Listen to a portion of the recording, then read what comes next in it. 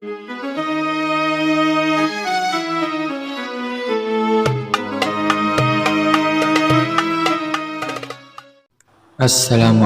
warahmatullahi wabarakatuh. Bismillahirrahmanirrahim. Kembali lagi di channel ini. Semoga Allah senantiasa memberi rahmat dan hidayahnya kepada kita. Kita diberi kesehatan, barokah umur, murah rezeki.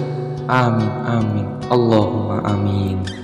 Allahumma sholli ala Muhammad wa ala ali sayyidina Muhammad. Harapan dan doa saya semoga saudaraku semuanya selalu diberikan kesehatan, dilapangkan rezekinya, diampuni dosa-dosanya, dan dipanjangkan umurnya. Amin ya rabbal alamin.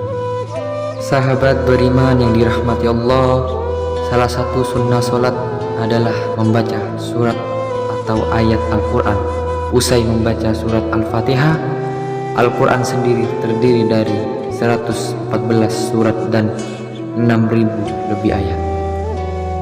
Jadi kita semuanya memiliki pilihan surat atau ayat yang melimpah untuk dibaca setelah membaca surat Al-Fatihah. Dan semua surat maupun ayat dalam Al-Quran boleh dibaca, mulai dari surat-surat pendek seperti yang ada pada juz 30.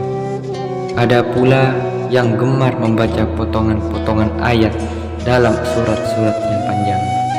Dan ada juga yang membaca surat atau ayat yang disesuaikan dengan situasi atau momen-momen tertentu. Misalnya adalah momen di bulan Ramadan, situasi saat dalam perjalanan, dan lain sebagainya. Lalu bagaimana dengan Rasulullah SAW? Surat atau ayat apa yang sering dibaca Rasulullah saat sholat subuh? Dari Khutbah bin Malik, beliau pernah berkata, ia pernah sholat subuh bersama Nabi SAW. Beliau pada rakaat pertama membaca ayat surat Qaf ayat 10. Hadis riwayat Muslim 457. Dari hadis tersebut bisa disimpulkan bahwa Rasulullah SAW di rakaat pertama pada sholat subuh setelah membaca surat Al-Fatihah, beliau lalu melanjutkan membaca surat Qaf sampai ayat ke-10 saja, lalu dilanjutkan rukuk dan seterusnya. Sahabat beriman yang dirahmati Allah, kenapa Rasulullah SAW membaca surat Qaf pada rakaat pertama waktu sholat subuh? Apa keutamaannya? Isi surat Qaf ini intinya adalah untuk memperingatkan manusia tentang kejadian mereka dan mengingatkan tentang nikmat-nikmat yang diberikan kepadanya.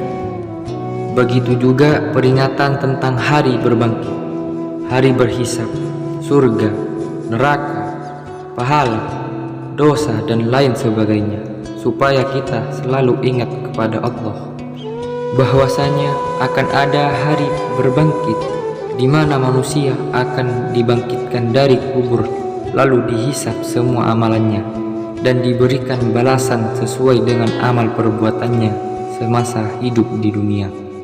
Bagi yang banyak amal baiknya akan diberikan ganjaran masuk surga, dan bagi yang banyak amal buruknya akan dimasukkan ke neraka dengan segala siksaannya. Na'udzubillah min dzalik. Lalu pada rakaat kedua, apa yang dibaca Rasulullah SAW? Dari Amr bin Haris berkata, aku mendengar Nabi SAW pada sholat subuh membaca surat At-Takwir. Hadis riwayat An-Nasa'i. Dalam Quran surah At-Takwir ini pun juga berbicara peringatan kepada manusia tentang hari kiamat. Seolah-olah surah ini ingin menyampaikan pesan kepada manusia bahwasanya keadaan semesta alam ketika kiamat datang akan hancur. Terjadi kegoncangan di mana-mana, matahari akan digulung sehingga semesta gelap gulita, dan manusia tidak akan dapat mengelak dari pengadilan Allah tentang amal perbuatan yang dikerjakan semasa hidup di dunia. Lalu apa keutamaan membaca surat At-Takwir pada rakaat kedua sholat subuh? Insya Allah mampu meningkatkan keimanan kita kepada Allah Subhanahu wa Ta'ala dan memunculkan kekhusyuan dalam sholat, bahwasanya kita semua akan meninggal dan akan sangat celaka di saat kita meninggal tanpa bekal amal soleh yang cukup untuk menghadap Allah Subhanahu wa Ta'ala. Sahabat beriman yang dirahmati Allah, untuk itu disarankan untuk kita semua bacalah doa surat ini saat mengerjakan sholat subuh dan fahami maknanya dengan baik.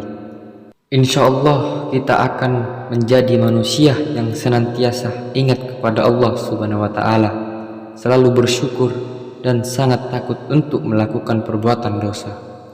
Dan mari kita semua berdoa kepada Allah Subhanahu wa Ta'ala, semoga kita semua selalu dijaga iman dan Islam kita oleh Allah Subhanahu wa Ta'ala, selalu menjalankan perintah-perintahnya dan menjauhi larangannya.